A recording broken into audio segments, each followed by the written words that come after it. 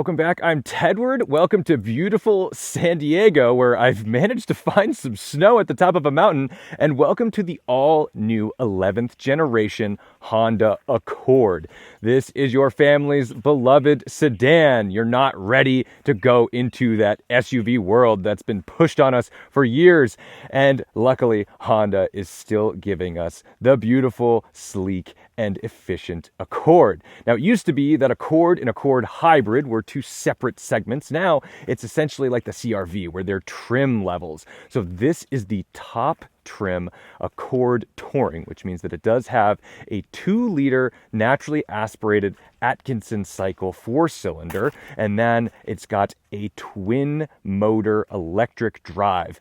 That means that this gets up to 46 miles per gallon on the highway, about 44 combined. In hybrid form, it makes 204 horsepower and 247 pound-feet of torque. And on the lower two trim levels, it has a 1.5-liter turbo, making 192 horsepower and 192 pound-feet of torque. Those are mated to a CVT transmission. The Accord Hybrid doesn't have a typical transmission. In fact, it's usually being driven exclusively by the electric motor. And that means it's only running direct drive from the Atkinson cycle engine at certain mild and highway speeds. But the first thing you notice is the new design. I do think Honda has taken a conservative, handsome, and elegant approach to the new Accord. It doesn't have quite that outrageous overhang on the rear that the previous 10th generation had. And I think this is going to appeal to a lot of folks who may have overlooked Honda's styling in the past. Gluing us to the road in this trim is a 235 section tire on a 19-inch wheel all around. Of course, disc brakes, no surprise there. And I'm really digging like the paint matched mirror caps. We do have all of the higher end stuff from Honda, which means that we get these directionals on the mirrors. And the new design of the rear end, I think, is just gorgeous. Plenty of trunk space back here. And as you'd expect, this is the whole family hauler right at your disposal. Under here, we've got our tire inflation kit, our fuel filler, and some cubbies for additional things, but no spare tire. I'm really digging this rear light bar, and this design, man, this looks very German to me. I was actually behind an Audi A7, and I thought, ooh, that kind of has the same vibe with this taillight design. I'm into it. Before we get up front, let's take a look in the rear. We've got rear heated seats. That's what you get in the top trim. Of course, leather, and in this trim level, you also get USB-C charge ports in the rear, 2 up front as well. Now, this is where I think things get a little confusing for me, because the new 11th gen Civic has USB, like regular old school USB chargers up front. And now in the 11th gen Accord, you're getting USB-C. So we're right on the edge of where they're like switching to the newer style. Of course, you don't need to use that because you do have a wireless charging pad up front. The rear seats feel spacious. I have an armrest, also leather with nice ample size cup holders, and some rear seat storage, which I appreciate on this passenger seat, because to me as a driver, I often just go and shove papers and things back there that I don't want sloshing around. But overall, the interior feels really airy. We've got the light colored headliner, which I think adds a lot to making it bright. Up front, we're getting some luxury features I was not anticipating. When we start the car, we start to illuminate some good stuff here. Heated and cooled seats. Cooled seats in a Honda Accord. That is luxury. 2 memory settings for your power adjustable seats, and these seats are quite comfortable. You can hear those seat coolers being a bit loud. Up here, now on the top trims, you are getting a Google Assistant, and more importantly than that, this is a much faster system than Civic when you want to quickly blast through it, so I'm pretty impressed with that. And then we should be familiar at this point with this dashboard. And unlike the Civic, they've taken a much more subtle approach to these HVAC controls, just in color, because they're not chrome, they blend a little more, they're black, and it's funny how that small change makes them look so much more premium. So we're all started up with our power button. We have a normal shifting lever. I like that. You just have park, reverse, neutral, drive. You've got paddle shifters to change your regen because this is able to charge the battery under braking. And I think it does a pretty good job of being seamless.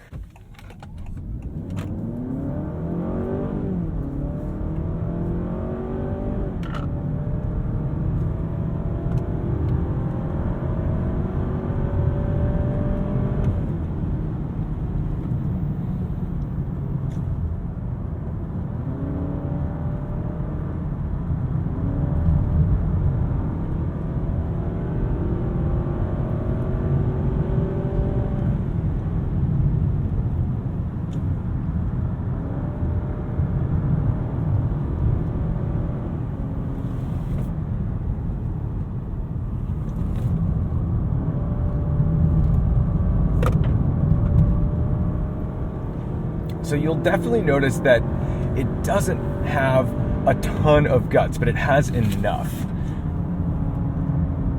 But this chassis on the 11th gen is really the star of the show because it is a beautiful thing, just like Civic and pretty much everything that Honda's been doing new lately.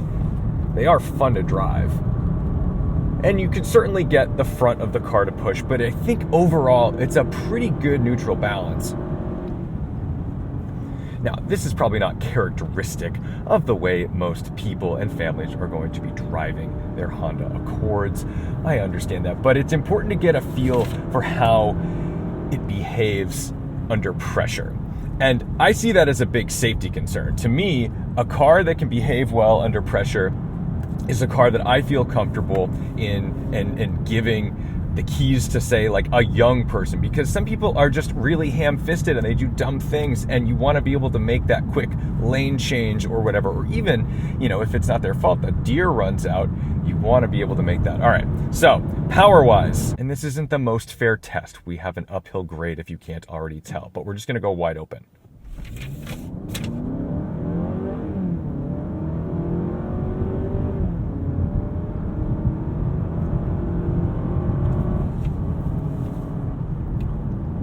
So as you can see, this is probably not going to be your light-to-light hardcore thing. And the older cars, the 10th generation, you kind of could do that.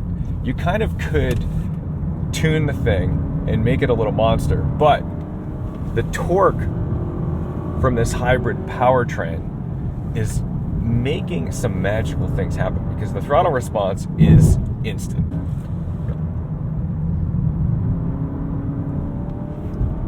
The steering's lovely, it's light, it's a touch numb. I could use a little more feedback through my fingertips, but I have to put myself in the place of an Accord buyer. I need to put myself in the place of someone who's looking for comfort, luxury at a reasonable price, and who's also looking for an engaging, fun to drive vehicle. And I think this does strike that balance. I think the only thing that feels a little missing is maybe the grunt that you used to be able to get out of the old V6 days and the 2-liter turbo. The seats, supportive, comfortable. I could see myself enjoying this on a very long drive and not being exhausted or having back problems from it. Let's take a feel for the brakes, get into that regen for a second, which is really lovely for bringing a little power, free energy basically, into the picture when you're in traffic, but it does a fairly good job of having a seamless transition into the pads.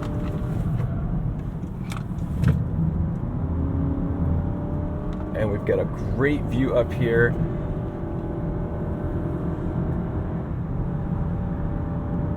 I think overall the car just feels light. It doesn't completely mask its weight on a road like this, just because this is really tight, but I'm not having to make a whole lot of unnecessary effort with the steering.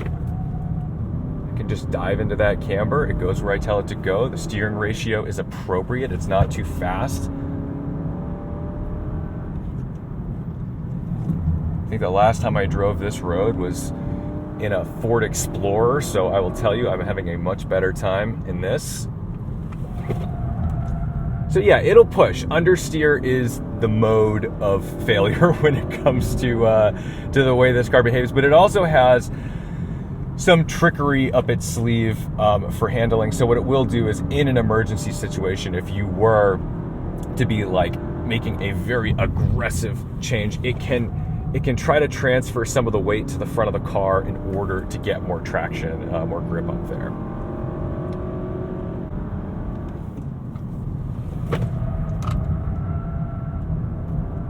I can feel some trickery happening in the rear. It felt like it was braking that inside rear for me a little bit, because I could feel without much effort on my own part that it was rotating the car just a touch.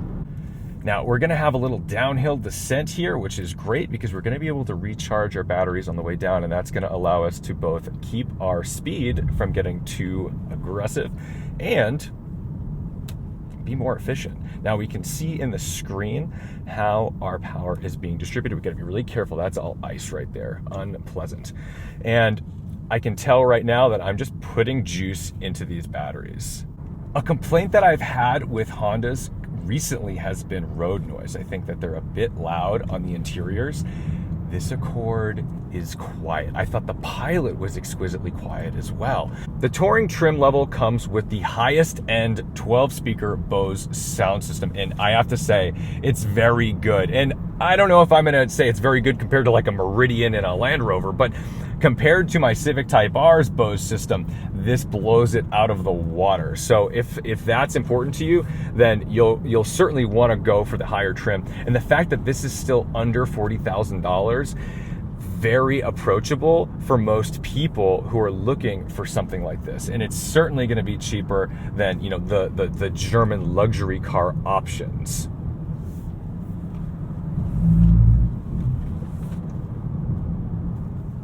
I just love that I'm able to like regen my whole way down the hill. And when I got in this car, it had a ton of range. It was a full tank. It said I had 568 miles to empty. 568 miles. And I bet I could have even like milked a little more. Now I've been driving kind of aggressively up a steep gradient, so I don't expect that that's actually what I will see, but it's pretty nice to be able to get in your car, especially if you're somebody who doesn't drive all that much. You're not going to have to spend much time at the gas station. I do wish that Honda would attack the plug-in hybrid segment a little bit. I would like to have the ability to drive this on full EV on a charge that I received not from an internal combustion engine, but from a wall outlet in my garage. That would be lovely. I've really enjoyed my parents' RAV4 Prime for that reason, because I basically never need to start the car. Honda's hybrid systems are not built that way. It's very expensive to have two programs like that, where you've got one program that's going to be a plug-in hybrid and one program that's going to be like a normal thing. Oh, there's the throttle house, guys. Hi, boys. So let's go find some normal driving roads, because this is probably not your daily commute. And we're gonna go jump into a lower tiered trim level of the Accord Hybrid.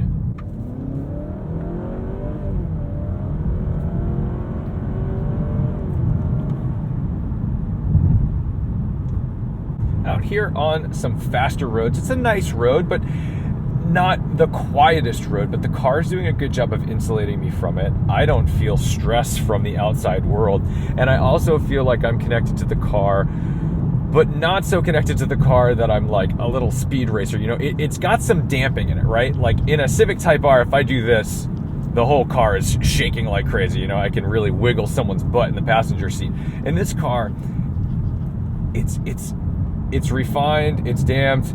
There's a little bit of softness to it that I think you want in your full-size family sedan. I've got my heads-up display. It's telling me my speed. It's telling me the speed limit, which is lovely. Always good to have that, to know how large your fine will be if you're to be caught.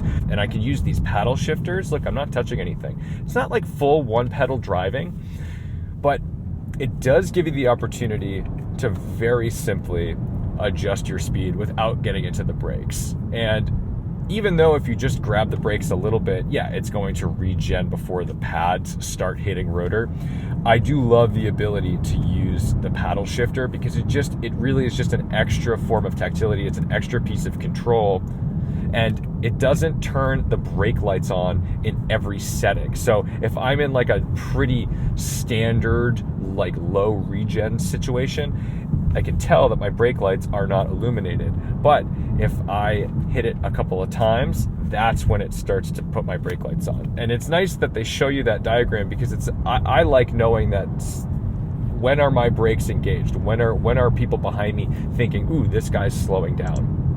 Now we can also do our power flow on the big screen, which is great. It's giving me all this great information. And right now we started at the top of the mountain, so it thinks I'm doing 64 mpg. Overall on this drive I've done 30, but that's because I was hammering it up the hill. I was getting a pretty consistent 43 to 44 up until I attacked a mountain road.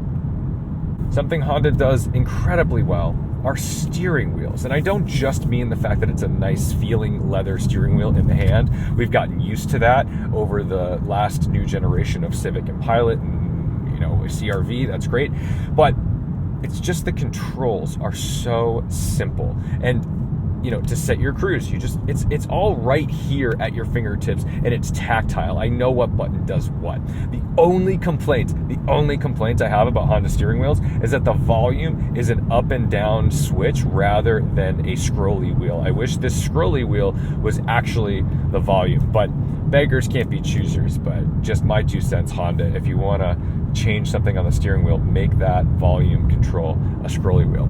And I'm really glad that Honda has kept good like analog knobs and things like that, because it can be such a pain in the butt to just quickly change your HVAC settings when you have to go through menus. I don't want to go through menus. I just want to turn the knob and turn it on and off or hit auto and be done with it.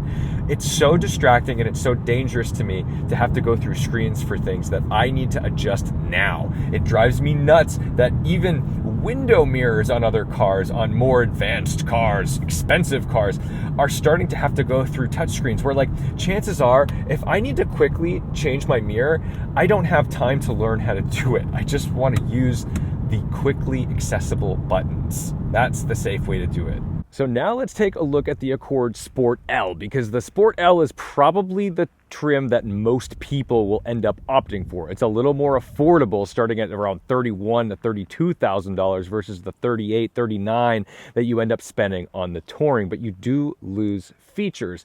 You don't have cooled seats, and you get these Goodyear tires instead of the Michelins, and I find these to be just a bit louder. It's still a 235 section all around, and the guts of the car still, you know, it's an Accord hybrid. It's still doing all the same mechanical things for the most part. You do get this cute lip spoiler and just a little touch of aggression. The Sport definitely looks sportier, I guess, and it's always weird to call these types of things sport or whatever because it's the family sedan, but they do a good job of giving it just a bit of an edge over the lower trims and to make them a little more aggressive than the full-blown Touring in terms of appearance. And there's also some changes to the back seat. Unfortunately, the Sport L trim, we lose those beautiful rear heated seats. What a bummer for your rear passengers, but chances are your kids will live just a happy, fulfilling life without them.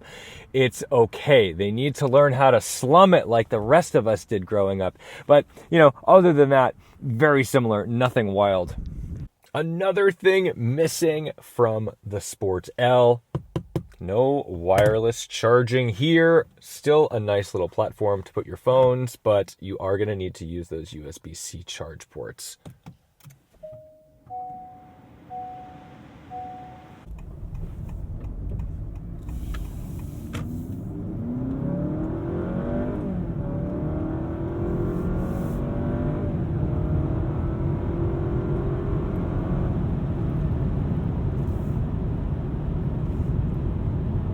Of course, we're dealing with a very similar feeling vehicle. However, there is one noticeable change right off the bat. The road noise. The road noise is significantly higher in the Sport L in comparison to the Touring, and I think that's probably down to the tire choice. These Goodyears are noisy. They are. The car still feels well insulated, so it's not just this horrible suddenly, it's all this road noise. there's not a ton of wind noise, but the tire noise is certainly present. Some final thoughts on the new 11th generation Honda Accord in the hybrid trim levels.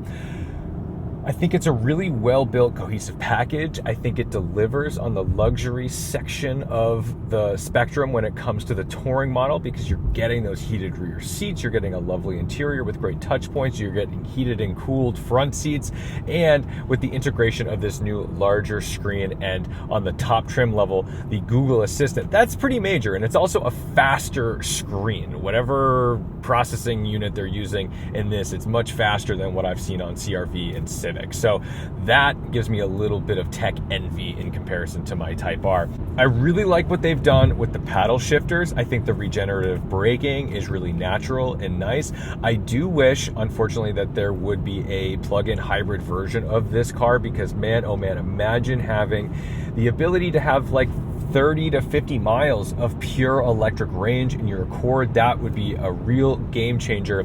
But I still like what they're doing with this 2-motor electric drivetrain, and they've made the most of this 2-liter Atkinson cycle engine to keep it charged and to keep it moving. And then the seamless integration between electric drive and direct drive from the engine is unbelievable. No, unless I told you it had this, you just would not know that is how it is delivering power to these front wheels. In terms of driving, I mean, there's not a huge difference between the Sport L and the Touring trim levels. They're both very similar. I just think that if you're looking to get out of the Honda dealership closer to $32,000, $33,000, this is your best bet. If you've got like close to 40 grand and you're okay spending that, then yeah, sure, I would recommend going with the higher end thing, because that has the better sound system.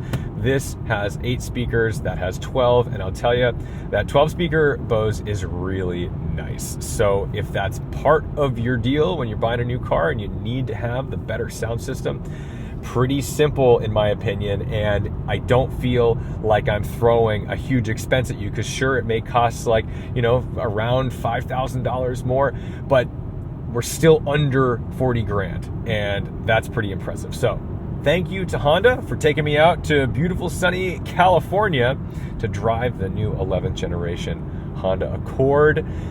Thank you guys for watching, liking, commenting, and subscribing. I'm hoping to live with this back home a little more to get more than just these first impressions. But don't forget to respect the drive, and I'll see you in the next one.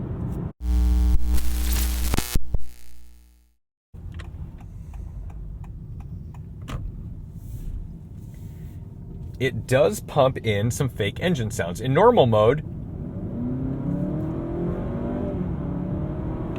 you don't hear it. In sport mode, ready? It's not egregious, but it's there. That's interesting, because the internet is always so angry about these piped in sounds. It's synthetic, and yeah, it's coming through a speaker, but it's like not really that noticeable. But yes, I would prefer not to have it.